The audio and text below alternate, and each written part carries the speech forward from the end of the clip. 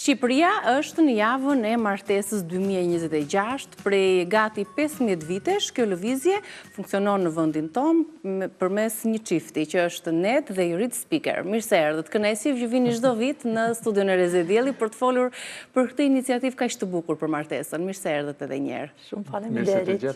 Përveç viteve të gjata në Shqipëri, mishe thua të dy, siç keni çelurin dhe podcastin tuaj më të ri, ashtu e konsideroni edhe martesën si një iniciativë e cila duhet ushqyer dhe për këtë vit tema që keni zgjedhur ishte vitamina për martesën tuaj. Po, shumë e vërtet.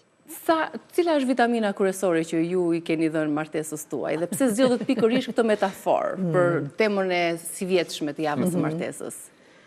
Në fakt, me që ne punojmë së bashku, koha është një nga vitaminat shumë që kemi konsumuar shumë, por nuk është vetëm koha me sasi, është edhe koha me cilësi. Po. Kjo është e rëndësishme. Po, edhe... Pse zgjodhët pikërisht këtë temë, Jorit? Sepse ne menduam që si vitaminat duhet të marrim edhe kur jemi mirë, jo vetëm kur jemi të sëmurë. Për të mirëmbajtur shëndetin. Po, është parandaluese. Edhe gjërat të vogla që ne bëjmë për martesat tona është për të siguruar që mos shkojmë në thelashja, po jo. Që të kujdesemi ditë për ditë, edhe kjo e bën një ndryshim. Unë nuk marr vetëm vitamina ato ditë që u sëmura keq, tani do filloj me vitaminat. Po ne e parandalojmë, ashtu është edhe martesa, që duhen këto vitaminat. Po cilat janë vitaminat më të nënvlerësuara në martesat tona këtu në Shqipëri? Është koha, është komunikimi, çfarë i mungon martesave në Shqipëri? Mendoj që janë paka të gjitha, por një gjë që kemi e vënë re është respekti.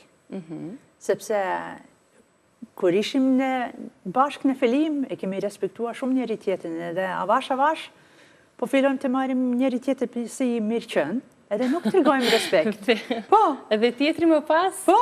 E ta quajnë si, le të themi, të kundërtën e asaj që ti i ke dhënë dikur, apo jo? Po jo, sepse harrojmë që edhe gjatë rrugës kemi nevojë për vëmendje, kemi nevojë për inkurajime, kemi nevojë për të respektojmë njëri tjetrin, të flasim mirë për njëri tjetrin, edhe kur tjetri nuk është në kafe me mua, prapë unë duhet të deroj Nedin, apo jo? Edhe mendoj që është shumë e rëndësishme, edhe me shumë për burat, ndoshta. E vërtet është. Më shumë për burat që kanë nevojë më shumë për vitamina, apo për gratë më shumë për vitamina? Të dy kemi nevojë, por ndoshta për këtë vitaminën e respektit, e ndihem më shumë, kur ndihemi pa vlerësuar, i anashkaluar, i pa respektuar, kjo më bën diçka brenda meje që, por kur unë ndihem këtë respekt, është si një vitamin shumë i fuqishëm që unë jam buri shtëpisë edhe dua të ruaj edhe të mbroj shtëpinë edhe të tregoj për kujdesin edhe dashurinë. Kaq vite, kur filet për institucionin e martesës, kaq vite në Shqipëri dhe kaq shumë sa po bëni, se çdo vit organizoni javën e martesës me broshura, me organizime të veçanta, sa i takon çifteve të cilët vinë dhe shprehen dhe tregojnë eksperiencën e tyre në martesë, investimin e tyre. Si e keni parë këtë kurbën e institucionit të martesës ndër vite? Po forcohet ky institucion apo ka probleme të veta? Unë mendoj që në ditët e sotme martesa nënvlerësohet. Shumë njerëz nuk i kuptojnë rëndësinë, ose nuk duan të dinë rëndësinë e martesës, ndoshta për shkak të shumë ka bresi i ri edhe kanë merak nuk duan ato për kushtimin, apo jo. Duam të jemi të lirë, por realitetin është që çdo shoqëri, çdo vend në botë e kanë një vlerë shumë të rëndësishme për martesën edhe familjen, edhe duhet të flasim çik më shumë për këto gjë. Prandaj jemi duke bërë çik shurm. Dhe është një zhurmë e bukur që duhet ta dëgjojë çdo kush. Po, që vlen, nëse ti investon në martesën tënde, është bekim jo vetëm për ty, por edhe për bresët që po vinë. Edhe prandaj jemi duke bërë këto gjë. Po, krahas media, si e keni shtrirë lëvizjen tuaj të javës së martesës, që është pikërisht 7 dhe 14 shkurt që përfshin edhe sigurisht ditën e të dashuruarve dhe çdo vit kjo javë e martesës prej 15 vitesh në vendin tonë, vazhdon të flitet për martesën, vazhdon të jepen tema gjithë të përvitshme, me histori të cilat keni dhe atë revistën e vogël të javës së martesës që botohet duke dhënë dhe duke investuar me mesazhe dhe me eksperjenca jetësore nga çiftet të cilët rrëfejnë suksesin e martesës së tyre për të dhënë shembuj pozitiv. Sa ka ndikuar lëvizja java e martesës në shoqërinë tonë? Tani... E ndjeni këtë ndikim apo... Patjetër marrim feedback pozitiv që çiftet që marrin hapa të vogla shikojnë një rezultat shumë të mirë.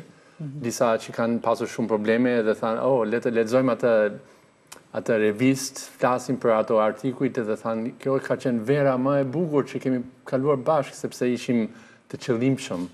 Jo se materiali ynë është më i mirë nga gjitha, por është një inkurajim që të marrin një hap. Por e vërteta është që të gjithë duhet jemi konsistent, duhet të vazhdojmë edhe nëse kemi më shumë se 30 vjet martesë ose sapo martuar, është një punë vazhdim që e vërtet nëse neglizhojmë edhe ne mund të largohemi pak nga njëri tjetri. Pavarësisht se janë kaq vite dhe themi nuk e hedh poshtë martesën pas kaq vitesh, por nëse secili prej jush nuk investon në martesë, sigurisht që ftohja vjen. Ndoshta nuk janë konflikte shumë të forta, por thjesht një largim që unë po krijoj jetën time, emocionalisht. Një çift I cili sot është duke na ndjekur dhe është duke u ftohur emocionalisht apo ka ato pasiguritë, ka mungesë të vitaminave që ju e përmendët, kur po flasim për vitaminën në mënyrë metaforike, flasim për kohën cilësore, flasim për respektin, flasim për investimin në martesë. Cila është këshilla që do t'i jepnit? Unë shumë herë them, atë kujtohet fillimet tuaja? Pse ke rënë në dashuri në fillim? Çfarë ishin ato gjërat që ti me vërtet e vlerësove tek tjetrin? Sepse donjë kemi nevojë të kujtojmë pse jemi bashkë. Po, jemi shumë ndryshe nga njëri tjetrin, edhe realitetin është që ndoshta ne kemi filluar të jetojmë unë këtu, ti atje, për të bashkohemi prapë dhe të luftojmë për ato që kemi, sepse shumë herë janë ato gjërat që themi, por tani kemi provuar të gjitha. Jo, duhet të vazhdojmë të jemi kurios për njëri tjetrin, të gërmojmë tek njëri tjetrin, të shikojmë për ato gjërat e mira që tjetrin ka, sepse unë them, nuk jam budallaqe, nuk u lidha me Nedin, vetëm për shkak që ai ishte I pamshme. Jo, por ai kishte edhe karakterin e mirë, ai ka shumë gjëra që unë duhet I kujtoj veten ditë për ditë, edhe më shumë kur unë ne vrikosim me ai, sepse të gjithë e kalojmë ato gjërat, apo jo? E njëjta gjë edhe për Netin ndaj Jurit? Të njëjtën gjë, vlerëson, mendon dhe investon për pas këtyre 30 viteve ju të jeni sërish të investuar ndaj njëri tjetrit. Prandaj kemi nevojë për javën e martesës edhe për veten. Edhe t'ia rikujtoni edhe vetes tuaj të njëjtën kohë. Por edhe të mbjellim faret të dashurisë, që ndoshta nuk shohim frutin sot, por unë e di që kur unë mbjell një farë të mirë, atëherë do të prodhoj diçka pozitive. Edhe kjo është diçka, një disiplinë edhe duke parë të ardhmen, jo vetëm të sotmen, ose ndjenjat që kam tani, të shikoj kjo gjë që do të sjell frut. Patjetër. Podcasti si po shkon? Mish e thua. Gjithçka që lidhet me martesën, me dashurinë. Po. Në fakt për neve është çike jashtë sonës tonë të reatis, por është mirë të provojmë edhe gjëra të reja. E kujt ishte ideja? E Nedit apo? Të dyve, mendoj. Të dy kemi patur idenë, për të dy jemi I shmangur që këto punë, por tani që jemi futur, mendoj që ne duam që të jetë një gjë pozitive. Që të bëjmë që këshurëm për martesën në një mënyrë pozitive, edhe të japim shpresë njerëzit, edhe me shikon, të gjithë kalojmë ditë edhe me shi, por edhe me diell, por të vazhdojmë rrugtimin bashkë. Edhe kjo është gjithë. Duke dhënë dhe shembuj personal, apo jo? Se si ju e keni forcuar martesën tuaj kemi një bashkëbisedim edhe diçka reale. Do të keni dhe të ftuar çifte të tjerë, apo do keni ju? Shpresojmë që do kemi. Po tjetër. Po, e lançuam të shtunin që kaloi për javën e martesës.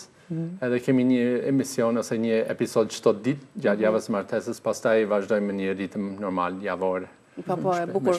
Më vjen mirë që në një shoqëri të tillë ku divorcet janë shtuar, krizat sociale, institucioni I familjes është më I dobët se kur, pavarësisht se mundoheni ta tregoni anën më të bukur dhe se si mund të investohet dhe të forcohet familja dhe martesa në të njëjtën kohë. Më vjen mirë që kjo lëvizje është e përvitshme dhe nuk keni dorëzuar pavarësisht sfidave dhe realitetit të ashpër që has njëherë pas here këtu në vendin tonë.